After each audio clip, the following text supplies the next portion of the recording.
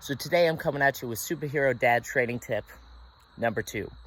The reason why I'm right outside here in front of my porch is because today I had a really good example while I was playing with Theo this morning about why it's important to keep and maintain a pretty decent level of mobility when you're a dad. So we were playing outside.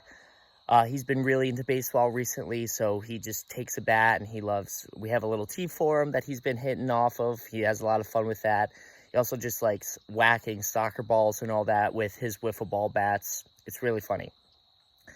But so today, some balls went underneath that little space right under the deck.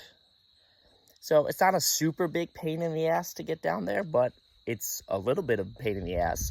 And it's definitely something that if I didn't maintain the ability to get down and up off the floor easily, or my joints hurt a lot, and that was making it hard to get down and off the floor, then getting that ball would have been a way bigger deal than it actually was.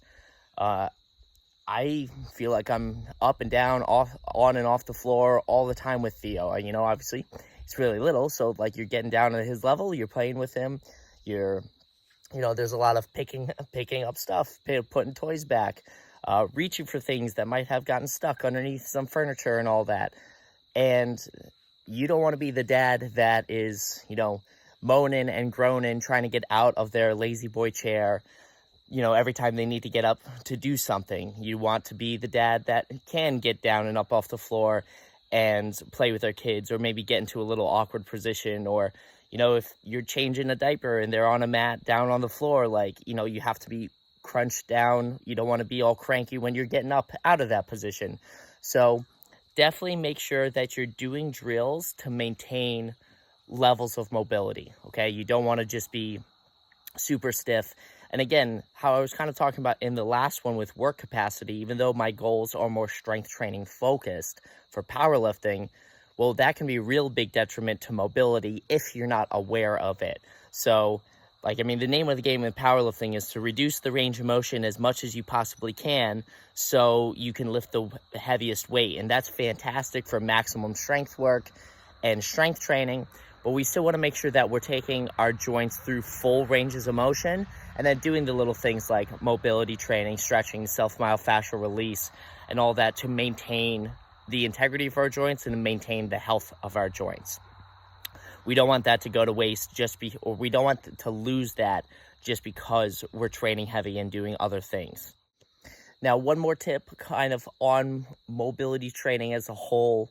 Mobility training is not just stretching. Stretching is very low intensity, low level mobility training.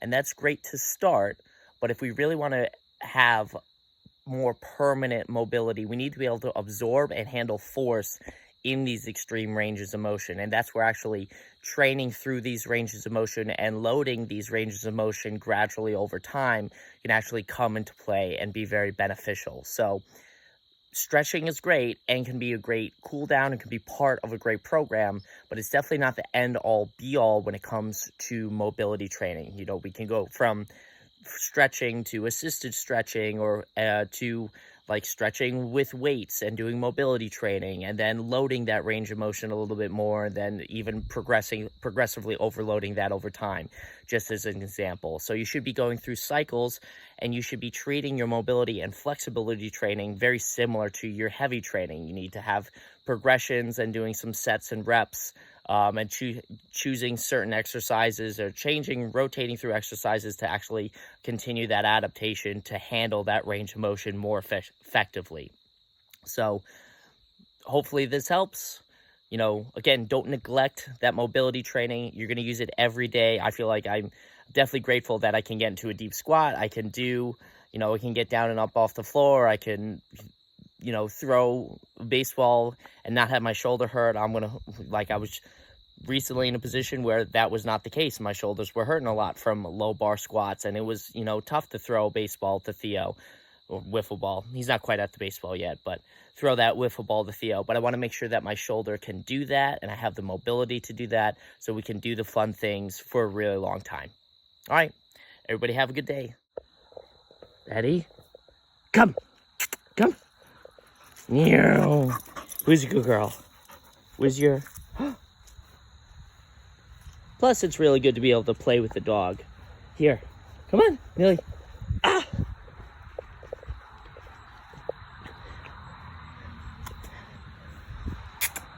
Come on.